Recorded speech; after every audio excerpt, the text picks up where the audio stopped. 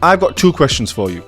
Why is it that 55% of sales reps miss their target within their first month of starting a job? Question 2, why is it that all the best businesses don't have that percentage? They actually can onboard sales reps and they see far more success. They can onboard and ramp up sales reps like nobody else. They seem to churn out of your business, but all these successful sales organizations seem to be able to onboard them and be able to ramp them up without any problems. Whose fault is it? It must be the business owner. It's down to the business owner to create the environment. It's down to you to know which candidates are the right ones to hire, but then once you've hired them, now it's all about creating the environment for them to win. I'm Usman, the founder of Guided Growth. I've gone from sales rep to sales director, but now I manage multiple 7- and 8-figure sales teams across the world. So I'll be going over exactly how we are able to ramp up sales reps effectively and how we are able to get results that nobody else out there is getting. I'm going to make this training super applicable so you can make sure that you never have this issue with your sales reps, so you can continue to onboard and they can get results. So let's go over and understand what the big problem is. Sales leadership is not about pushing results. It's about understanding human behavior and measuring both quantitative and qualitative data to apply emotional intelligence and unlock their full potential of your sales reps. Now, think about it. Everyone has internal problems. Everyone has issues going on. Who is it down to? Who's the one who's supposed to be the guide to be able to get results? It's you. For you as a business owner to expect to hire someone and them to be able to smash it and see success. If that was going to happen, why would they need you? Why would they need a business owner? Why would they need to go and work for someone? They need to go and work for someone because they don't have all the skills yet. And it's down to you to know what to do to be able to guide them. If you think you can just hire people and just leave them to it and they'll get results, do you know how rare that is? That's just a fallacy. It's down to you to be able to create this environment. But I'm going to show you exactly how to do that in this video. Why addressing sales underperformance is a leadership skill. So this is the first mindset shift I need you to take. Your team is a reflection of your leadership. So when you look at your team and you think, I've got A players, B players, and C players, and you start to think, who is great on my team and who's an underperformer? Do you know who that's down to? That's down to you. If you have a C player, it's your fault. If you have an A player, it's also down to you. It's the environment that you create. If you're a business owner that will point the finger and blame others, your business will never be successful, because without accountability, how can you truly improve? Now, underperformance costs you in revenue and reputation. So we often just think it's all about revenue. But think about the reputation, not just external reputation of others thinking that you're not very good, but internally, if you have a lower standard, your internal reputation of how you actually help the team and guide the team, whether you're a sales manager or CEO watching this video, nobody will see success within the business because you will accept average. You will accept okay. If your standards aren't high and you're scared to be able to set a high standard, everyone will struggle because the standard is set by you, the manager, the founder, the CEO. And high performance sales teams are built, not hired. That's the biggest misconception, I think, here. Most people think that a sales team that's high performing just turns up, but you have to create it. You create it, but lucky for you, you're going to find out exactly how to do that in this video. Some key stats before we get into the training and then give you the entire framework on how you can do that. 55% of sales reps don't hit their quota, and most don't even know why. Sales teams with structured coaching improve performance by 19%. And I can guarantee you this because we fractionally manage multiple 7-figure businesses. And the businesses that we're managing, when we put a structured approach in to actually growing their business step by step, and we actually take a hold of their business, within a quick 3 to 6 months, we can turn everything around and we can show with stats the improvement in close rate, show rate, offer rate. All of those stats have a clear improvement, and that's 19% that we've got.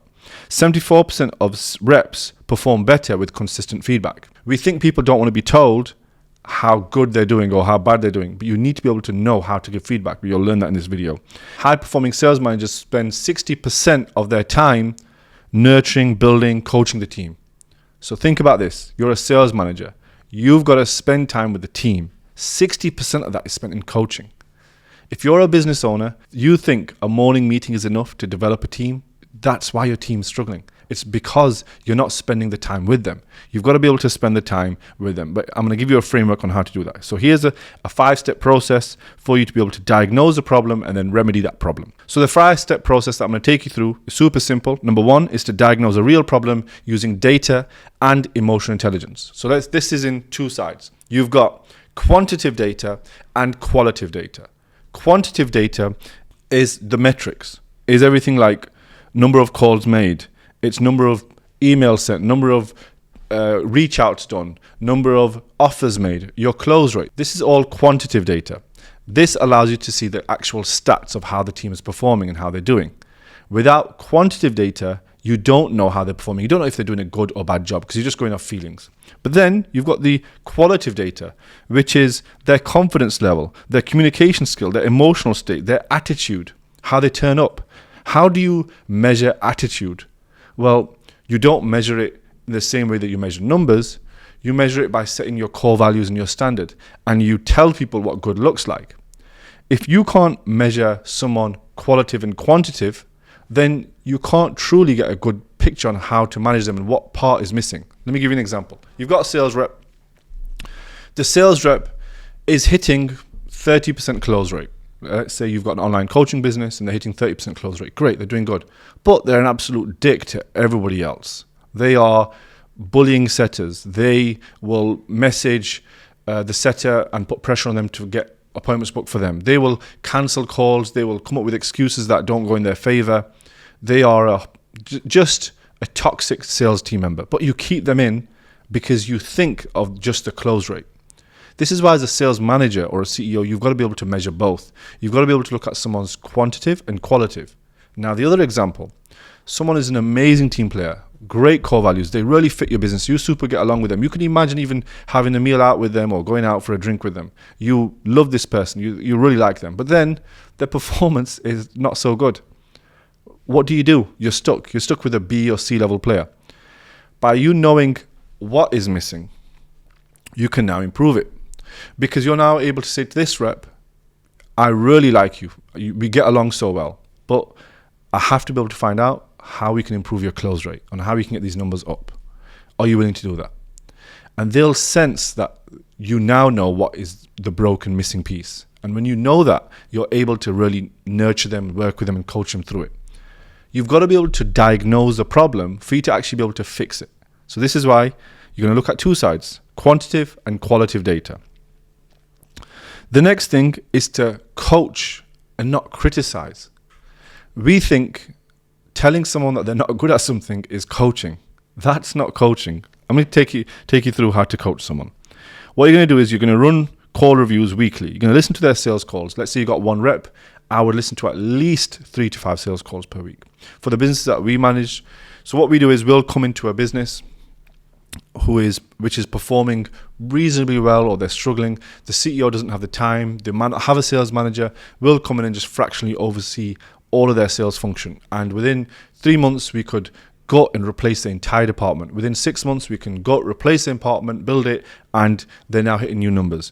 But how we do it, the things that we put in are call reviews. We listen to at least 3 to 5 calls from every sales rep. And if they have 15 sales reps, that's the amount of calls we have to listen to. We've got to find the time to be able to do that.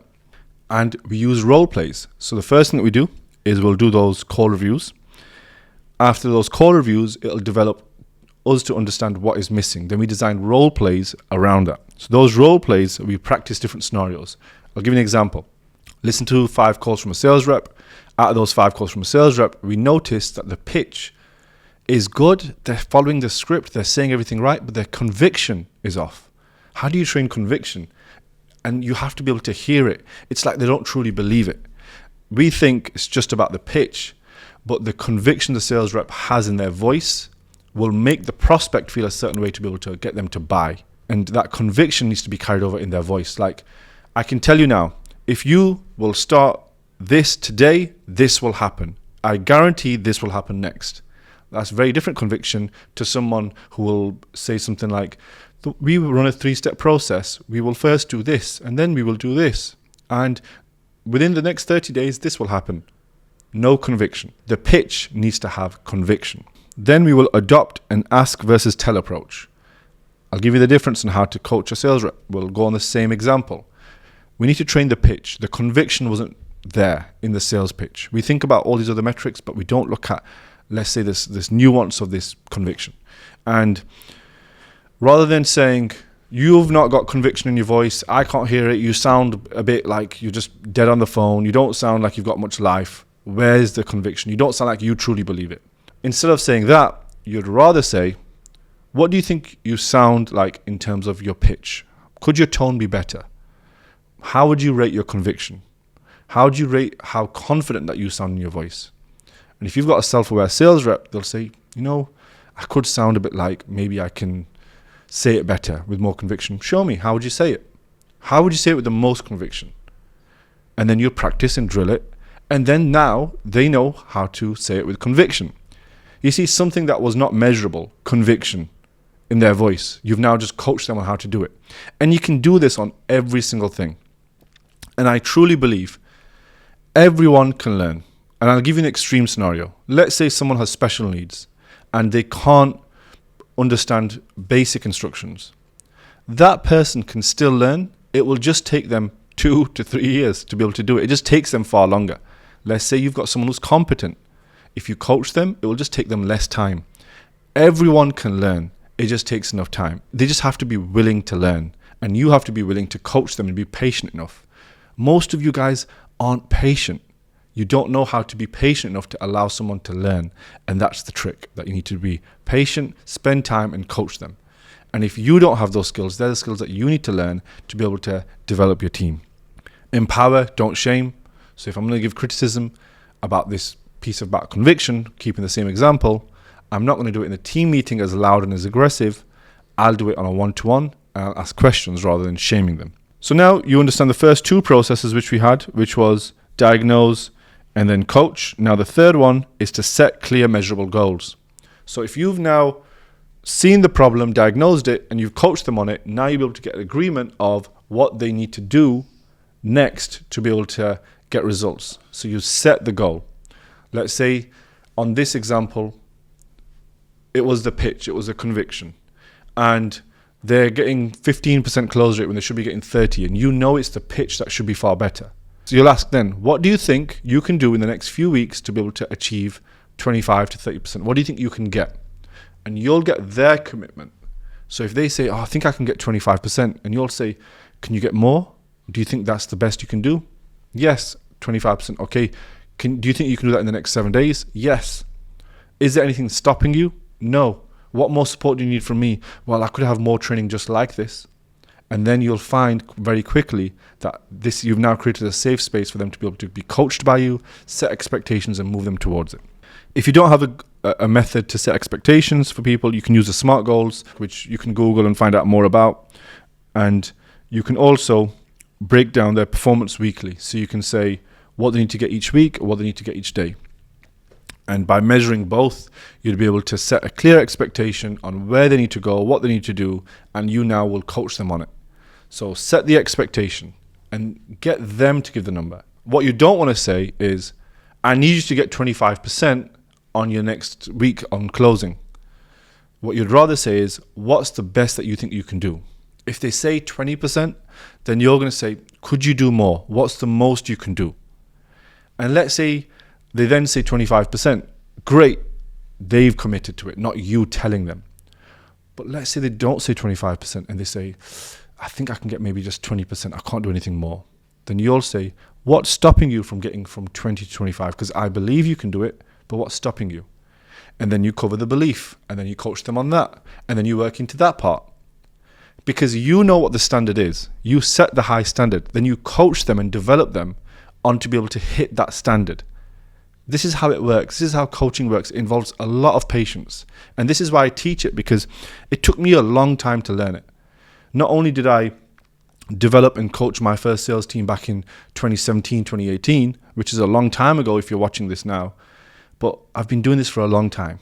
And I can tell you, this is the absolute best method to get people to improve. It's not by telling them. It's about asking them.